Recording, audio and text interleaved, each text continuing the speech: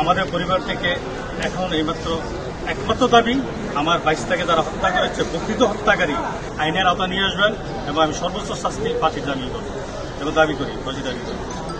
সঠিক তথ্য তুলে ধরবেন যাতে মামলাটাকে আমরা দ্রুত নিষ্পত্তি হয়। একমাত্র আপনাদের লিখনের মাধ্যমেই এই মামলাটা দ্রুত নিষ্পত্তি হবে বলে আমি আশা করি। আমাদের বাংলাদেশে একটা কোনো হত্যাকাণ্ড গঠিত হলে কয়েকদিন খুব গরম থাকে, তৎপরতা থাকে। অনেক মামলা কিন্তু পিছনে পড়ে যায়, বিচার কার্য হতে হতে অনেকদিন সময় লাগে যায়। আমি আশা করব আমার 22 বিষয়টাতে যেহেতু এটা একটা জাতীয় ইস্যু হয়ে গেছে, সারা বিশ্বেই এটা দেখছে এবং এটা সেই বর্তমানে একটা বড় দল ছাত্র দলের সাথে সম্পৃক্ত ছিল এবং ক্যাম্পাসে ছাত্র দল আহ্বায়ক সদস্য ছিল, এই বড় এবং কুমিল্লা ছাত্রগণ সংসদের সভাপতি ছিল এবং আমার 22 হিসাবে আমি যদি আপনাদের সাথে জড়িত সাংবাদিক আমার অনুরোধ থাকবো আপনারাও আইন শৃঙ্খলা বাহিনীর সাথে সাথে সঠিক তথ্যটা যাতে বের হয়ে আসে আপনারাও চেষ্টা করবেন।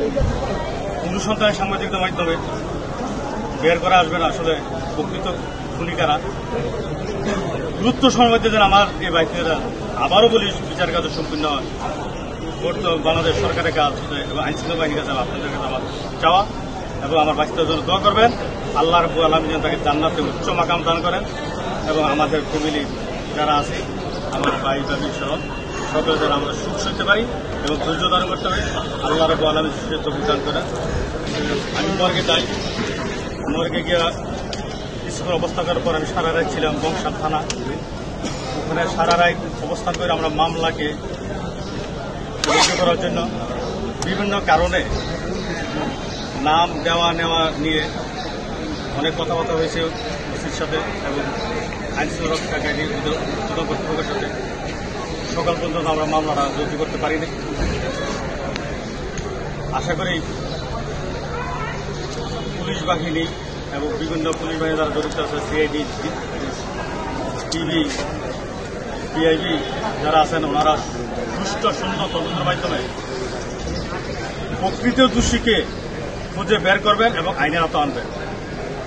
আমাদের পরিবার থেকে এখন এইমাত্র একমাত্র দাবি, বিভিন্ন আইন শৃঙ্খলা বাহিনী জানে আমার 22 থেকে যারা হত্যা করেছে প্রকৃত হত্যাকারী কোনো কারণে জানে কোনো একটা বিনা অপরাধ লোক এখানে অপরাধী হোক আমরা চাই না।